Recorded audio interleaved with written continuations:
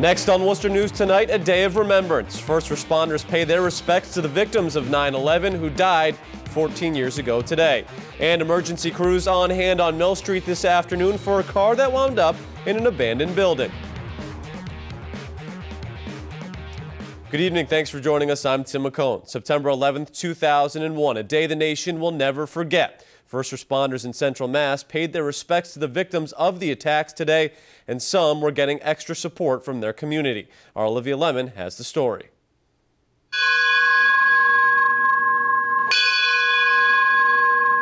The ringing of that bell is a symbol, a symbolic tone that life has come to an end. First responders stand at attention to mark the moment the second World Trade Center tower fell. The Massachusetts Department of Fire Services and Fire Marshal Stephen Cohen honored the sacrifices of 343 New York City firefighters who died on 9/11. We also remember where we were very vividly the morning of 9/11, 2001. Whether our first words to a stranger, a loved one, a reflection upon ourselves, to ourselves, it's something that we always need to remember. Cohen says it's important to teach younger generations about the tragic event so the memory of first responders who fight for our country will always be remembered. Teach and educate our younger generation, because the day will come when the firefighters that stood before us today will not have been alive on that horrible day. Staff from the Millbury Healthcare Center surprised first responders in their town with balloons and cupcakes Friday. Since it was 9/11, we wanted to give thanks to the police, the firefighters, and the rescue. So we just wanted to bring cupcakes, cookies, and water. I wasn't sure what was going on. I saw balloons and other things coming across. I thought maybe we won something. I wasn't quite sure what it was until they came into the lobby.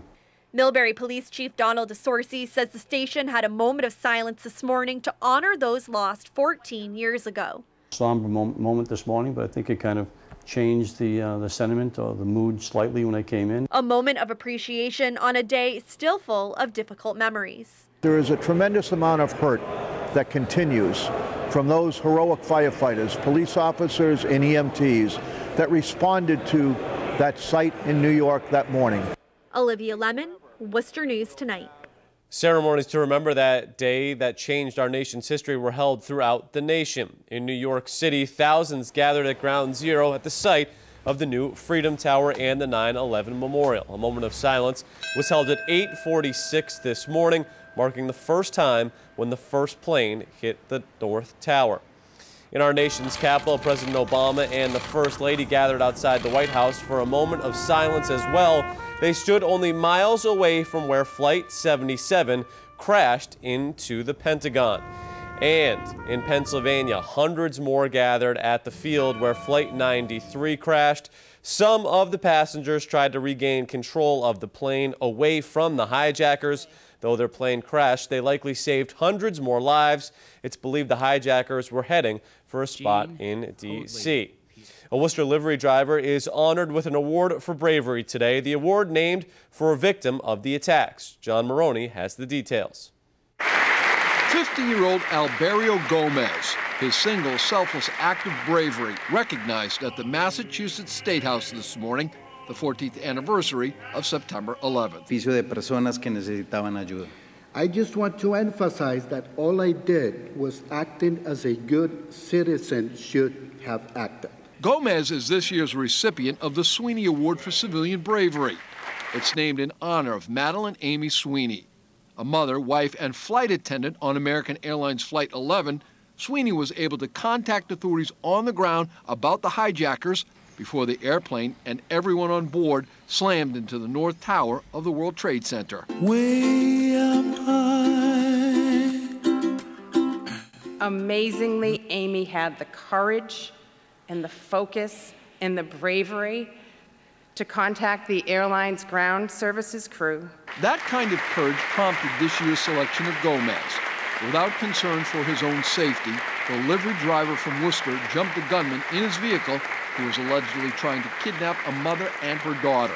During the struggle, the female victim was able to escape the vehicle safely with the child.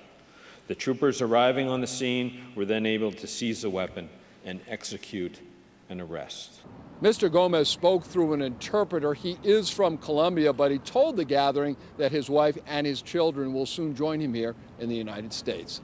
In Boston, I'm John Maroney for Worcester News Tonight. The College of the Holy Cross marks 9/11 with a memorial service. The priest leading today's ceremony was a student 14 years ago, and today he was in a familiar place. Our Patricia Nicholas has his story. Together on a particular day in our country's history. 14 years ago today, Reverend Michael Rogers was a senior at Holy Cross. Today, he is officiating the September 11th Mass on a day he says still leaves him at a loss for words. Doing exactly what we did 14 years ago, which is gathering as we do every day at noon,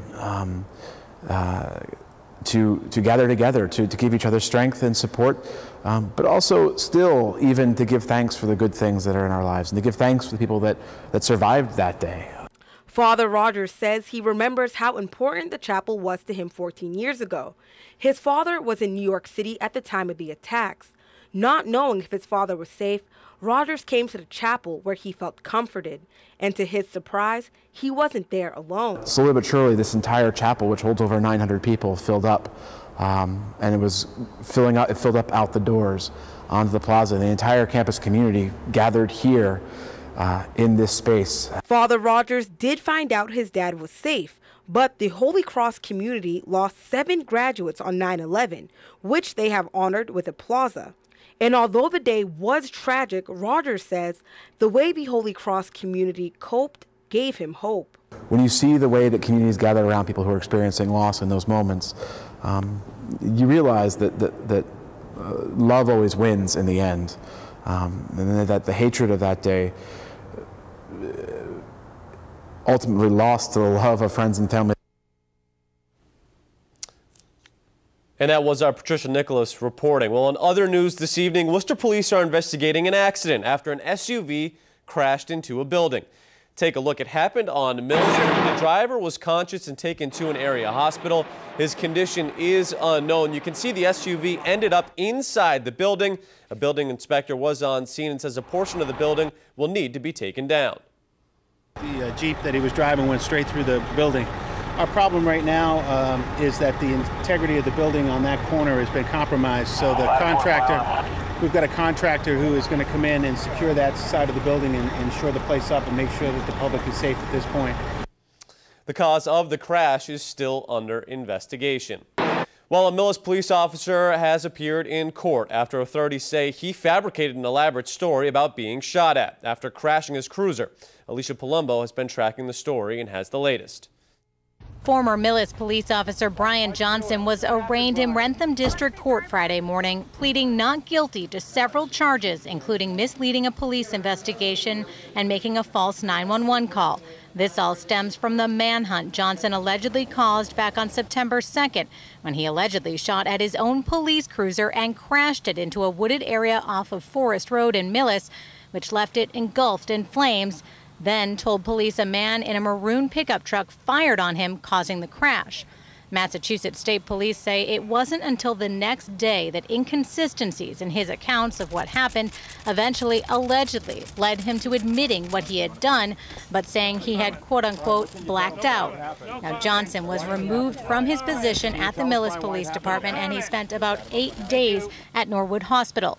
He's upset, obviously. He's somebody with no history. This is not something he's ever been used to. Certainly his family hasn't. They're good people. They stand behind him, and I'm told that his family and even his neighbors are very supportive. Millis police say they are looking at a possible relationship between this incident and a bomb threat made to Millis schools earlier that morning, but they say at this point there's nothing to indicate they're connected, and there's no evidence another person was involved. Also, there has still been no information released on a possible motive. Good kid. His family's devastated. They're hardworking people, live there most of their life, and they'd like some privacy. Johnson was released on $10,000 cash bail and fitted with a GPS bracelet as he will be under home confinement. He's due back in court October 30th. At Wrentham District Court, Alicia Palumbo, Worcester News Tonight. Well, Worcester is celebrating its diversity this weekend. Worcester Pride kicked off yesterday with the raising of this rainbow flag outside City Hall. There is a beauty pageant tonight and a parade scheduled for Saturday. This is the 40th year for Worcester Pride celebrations. Well, Leicester will be rocking this weekend, and the majority of the event goers will be on 4 legs. The 17th annual Pet Rock Festival will be taking place on Sunday at the Becker campus. The festivities will include live music and an amateur dog show. More than 100 pet-related vendors are expected. It is a day that is all about animals and learning about animal welfare, and it features hundreds of vendors and nonprofit animal organizations that set up, augmented by live music and vegetarian food, demonstrations, contests, and it's just a fun-filled day that raises money for New England area animal welfare. The festival will last from noon to 5 on